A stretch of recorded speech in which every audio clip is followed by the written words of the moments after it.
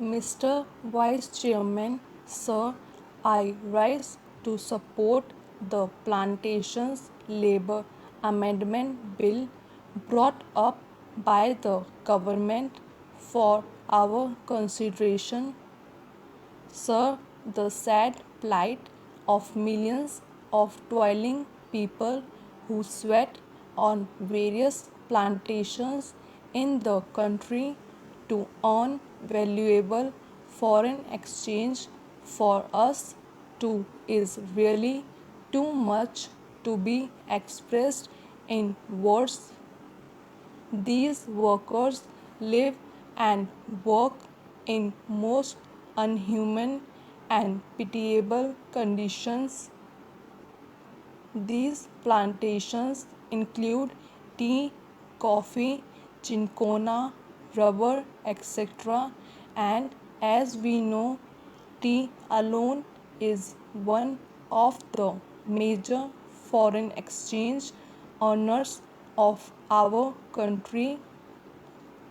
But, sir, it is indeed most regrettable that notwithstanding a lapse of 62 years since our independence, these workers who earn crores and crores of rupees by way of foreign exchange have to live in most miserable conditions. They live in houses that are most insecure and collapse frequently, and when these workers die as a result of these collapses, their guardians or their dependents do not get even due compensation for the loss that they have to bear. Unhygienic living in distant and far-flung areas compounded with lack of medical and educational facilities make their life utterly miserable. These plantation workers have to live in abject poverty like slaves of their employers. And as we know, most of these plantations are still foreign owned establishments, last vestiges of the colonial rule, the British rule, and as I said, it is a matter of deep regret for all of us that despite enacting an act, the Plantations Labour Act 2001, we have not yet been able to effect any improvement in their conditions. I think the employers alone are not responsible for their miserable condition. We are also as much responsible as they are, because although we could enforce the enactment and we could improve their conditions much earlier, we have failed in doing so.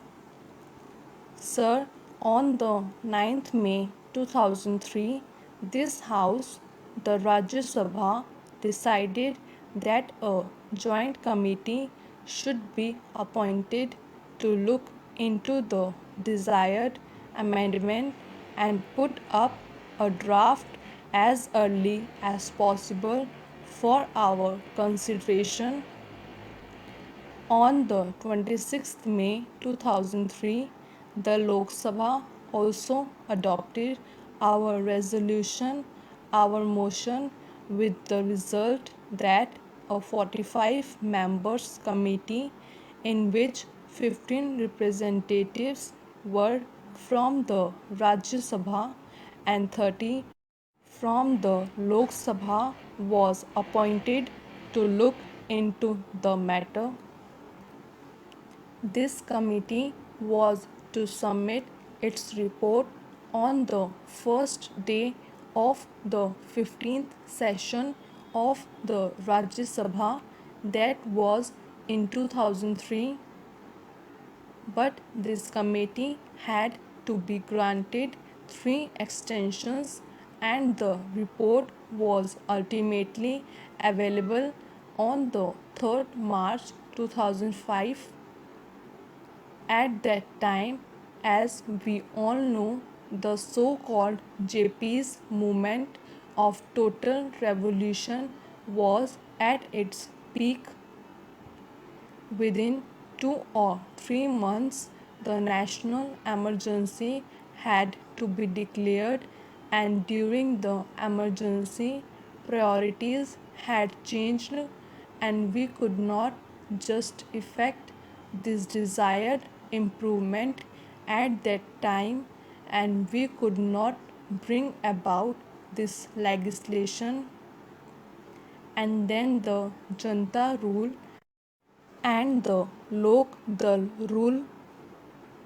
For 30 months they were in power, but they too, although they try to pose to be the champions of the downtrodden and the workers, failed to deliver the goods, and that is why today we are going to consider the report of that committee that was presented to the government in 2005. Therefore, we are also equally responsible for not ameliorating their conditions and their plight.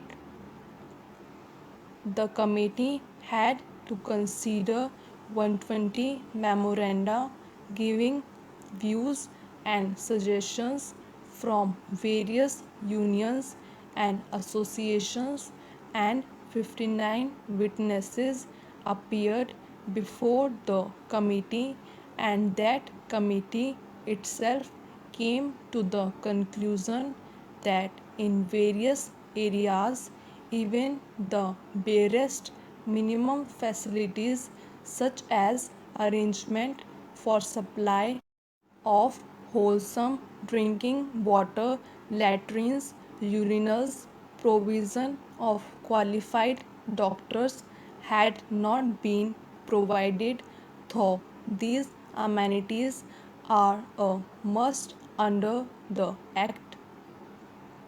The Act has been there, but we could not enforce it, we could not implement it, only because the employers did not want it. They did not want to give to the workers due justice. Inadequacy of punishments that are awarded under the Act is one of the main impediments standing in the way of implementation of various welfare measures.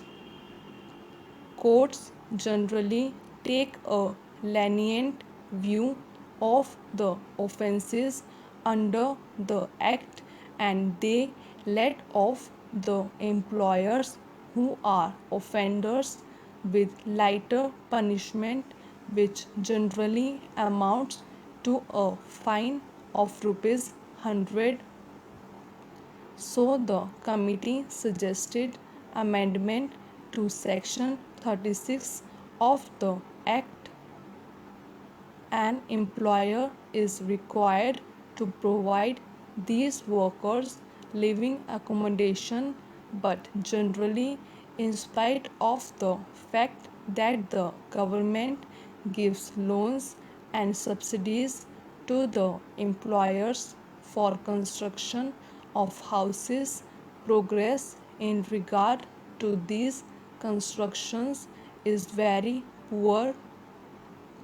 As I said earlier, very unhygienic and insecure houses are there where these people have to live. Even compensation to the workers in the event of house collapse is not given